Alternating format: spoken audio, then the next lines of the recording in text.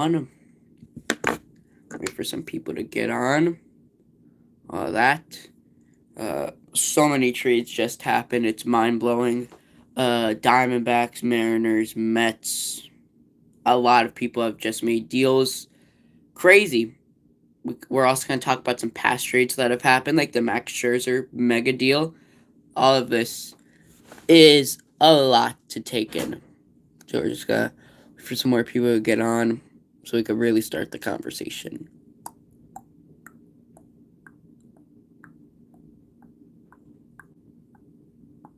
Cubs also made some moves. Nationals. I feel like the Nationals are really gonna sell out all their good players. We kind of made a video about that. We talked about the Nationals selling in a video today, and we're gonna go more into it in this video. Look at this new pickup, Chipper Jones, rookie. Woo, Chipper Jones, Hall of Famer, stud. I guess I'll just show you guys some cards while we wait. Acuna. Beckett 9.5 Topps Chrome. This is a 9.5. It's hard to see with the camera. Sick card. I love Acuna. PCM, that means private collection. I basically collect everything. I basically collect all of his cards. This one. Diamond Laser. Is this not? No, it's just Panini Diamond Kings. Numbered to 35. That's nice. This is episode 1 of the new show we're doing. It's really gonna be a big show. If you guys don't know already, every video is under the hashtag Baseball4life, which I started, and it's kind of grown a lot. Jeez, everything's falling on the new desk. But it's grown a lot. A lot of people are now using this. I encourage you, if you make a baseball video, to use the hashtag Baseball4life, so we just grow it more. And it all circles back to this. So, Baseball4life. What is that? Let's talk about that for a sec. It's everything baseball.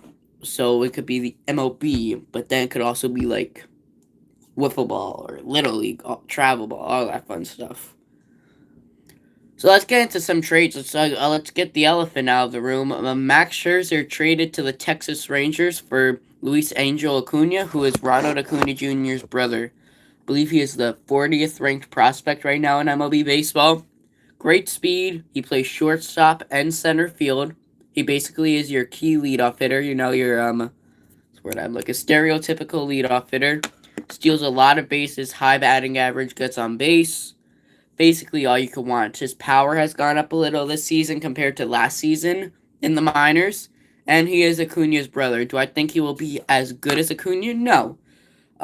He doesn't have the ceiling of Ronald, but I do want to mention that Acuna does have another. There are 3 Acunas right now in baseball. There's Ronald Acuna, who's in the MLB, Luis Angel, who's in AA, and Brian Acuna, who I believe is in High A. But Brian Acuna is supposed to be better than Luis Angel, but not better than Ronald, if that makes sense. Brian Acuna, who did not get traded, is in the Twins system, and Luis Angel is now in the Mets system. He's supposed to be called up between this year and next year, so I believe that he will be on the opening day roster for next year. Exciting stuff for the Mets. The Mets are also paying for most of Max Scherzer's contract for the Rangers. The Rangers basically don't have to pay him. And also, they traded for Jordan Montgomery. Now, this rotation the Rangers have developing is... Why is my light going brighter and not brighter? Brighter. Oh, but there's brighter. Yeah, that's weird. But they have... Oh. So, Nathan Eovaldi has been placed on the 15-day injured list, who has been there. What is going on? That's weird. Just ignore that. I'll put my hand. It has been their ace for the season, Nathan Eovaldi. We talked about this all-star, but he is hurt, so they made some moves. So let's talk about what they have right now. Jon Gray, who has had a resurgence in his career, best year of his career. I mean, not great, but pretty solid. Jon Gray, big step up. Andrew Heaney can be good or he can be terrible. He can be decent. He can give you 6 solid innings, or he could give you 2 innings of absolute chaos. Andrew Heaney was on the Yankees for about a month, and that was a month I really want to just erase from my mind. That was excruciating. But Heaney has had a better career with the Rangers, and also Dane Dunning is in that rotation. Dane Dunning, I think, is slept on a lot. I don't think he gets enough credit as he should. I don't think he's that bad. I think he's solid. I'll put him at about even with Heaney. He's still young, so he's still got time to grow. And now they just added Max Scherzer, who will go fantastic in this rotation. And then they have Jordan Montgomery. Had to think about it for a sec.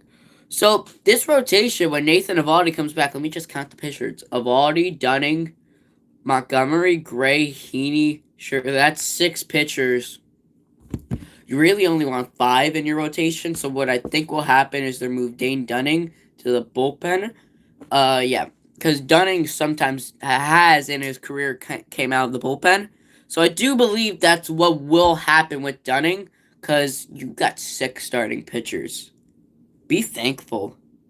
But and then now let's do what we call around the horn on the channel. We basically go through each position on the team, and we just talk about each position. So let's go around the horn with the Rangers.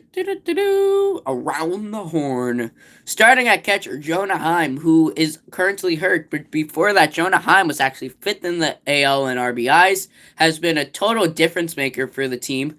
I said it. Jonah Heim was good before the season, and now he's absolutely proved me right. All-Star, starting catcher for the All-Star game, beating out Adley Rutschman. Jonah Heim is so good defensively. We already know Jonah Heim's really good. Let's go first base, Nathaniel Lau. The past 2 seasons from Lau have been elite, but he has taken somewhat of a step down. He is still being very productive, but not the top tier Nathaniel Lau as you would think from the past 2 seasons. He won a Silver Slugger last year. He's not this year.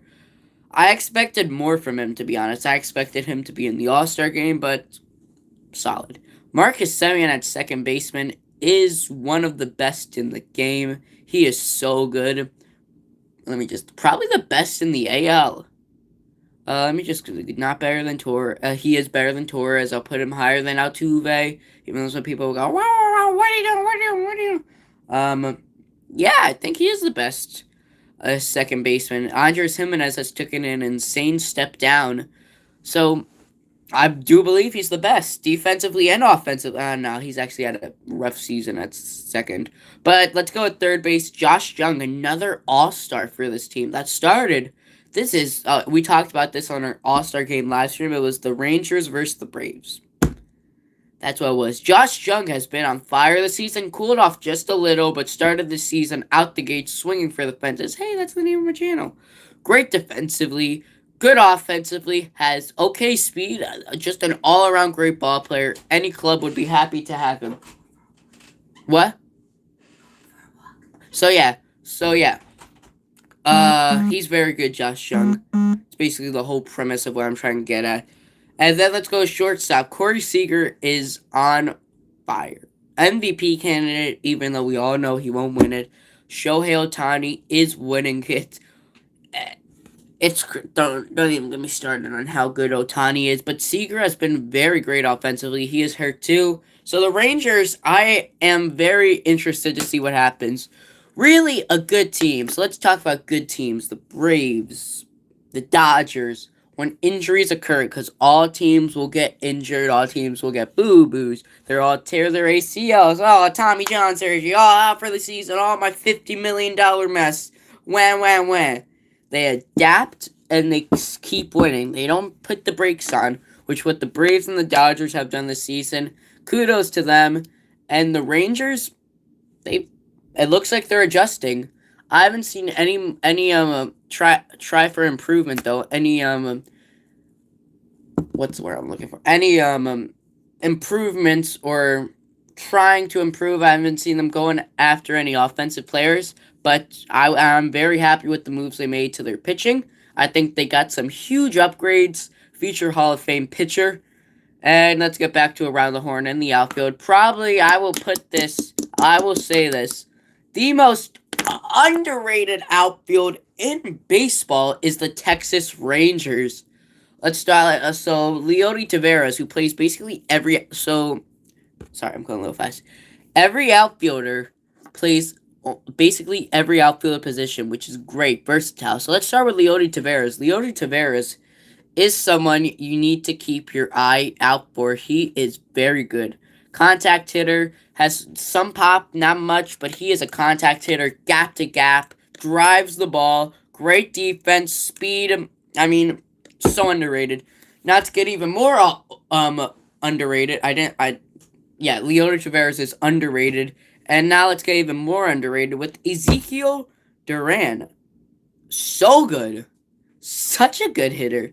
Like, why do you guys sleep on the Rangers? They're, in my opinion, even though they don't have the best record, they are the best team in the AL right now. They're the team to beat. They're going to go into these playoffs swinging, and I feel like they have a good shot at making the World Series. That'll be another episode of Baseball for Life. But Ezekiel Duran is very good. If I'm a GM of a team, I'm talking to the Rangers. Hey, any of those outfielders available? Because I would like every single one of them. Now let's talk about the last one, Travis Jankowski. Jankowski is solid. I wouldn't say that he's as good as Duran and Tavares. I would put him about right here. Good speed, good defense. The bat still needs to pick up a little. But man, if Travis Jankowski starts hitting, that team is set. They're locked, they're loaded, they are ready to play some darn good baseball in the fall. Boom, we just did an around the horn, around the horn. We need a song for around the horn. Like, let me do a beat. Around the horn, doo-doo-doo, doo-doo-doo, boom, boom. Sounds good. So let's talk about some more trades. Let's talk about one that just happened with the Cubs and the Nationals. Utility man Jaime Candelario has been traded to the Cubs. Wow. I wanted him on the Yankees, so I guess he's off the list. So the Cubs, it seems like they're still looking to make that push into the wild card. If they win a bunch of games and the other teams are maybe average, a little below average, they definitely do have a shot. Don't get me wrong, but it's a long shot. It is hard for the Cubs to make the playoffs right now. But Jaime Candelario is a great addition. That is good moves by the GM because he does everything right. He's fast, plays good defense, good hitter. I love this trade for the Cubs. I think this helps them a bunch. If you're a Cubs fan, I would be happy that you got him back on your team. A lot of people don't know that Candelario was a Cub. Let's talk about some more trades that happened. Paul Sewald has been traded to the Diamondbacks. A lead level closer for the Mariners has been traded to the Diamondbacks, another contending team. The Diamondbacks, as we all know, Zach Allen, good. Merrill Kelly, good. You know, he's alright. But the big name on this team is Corbin Carroll. So good. You want to talk about 5-tool player? You got one right there. Hits for average, hits for power. He steals bases. He fields good. He throws good. That is 1, 2, 3, 4, 5 tools. He is the definition of a 5-tool player. He is young, talented, and before the season started, Arizona locked him up for 11 more years of having this great youngster on your team. That was a great signing. And now they added Paul Sewald to that shaky bullpen. I feel like the Diamondbacks are really here to play in the playoffs. And let's just say the outcome of the playoffs, I feel like, are not going to be as expected. I feel like you're going to have a lot of these under-the-radar teams really come through. The Rangers, I feel like the Diamondbacks, the Giants might even make the playoffs. What? This is going to be a great postseason to watch. Even if my team, the Yankees, don't make it, I will be delighted to watch this playoff run turn out. And the next episode of Baseball for Life will be this insane playoff race. Don't miss it. And then we got another trade to talk about. Mark Canha has been traded to the Brewers. Another, another trade, another team that's contending for a wild card spot. The Brewers are really in this race heavy in the NL Central. They're going back and forth with the Reds, and Mark Canha will help that outfield. Help out Christian Yelich a little, who has actually turned in a very solid season for the Brewers. Very good.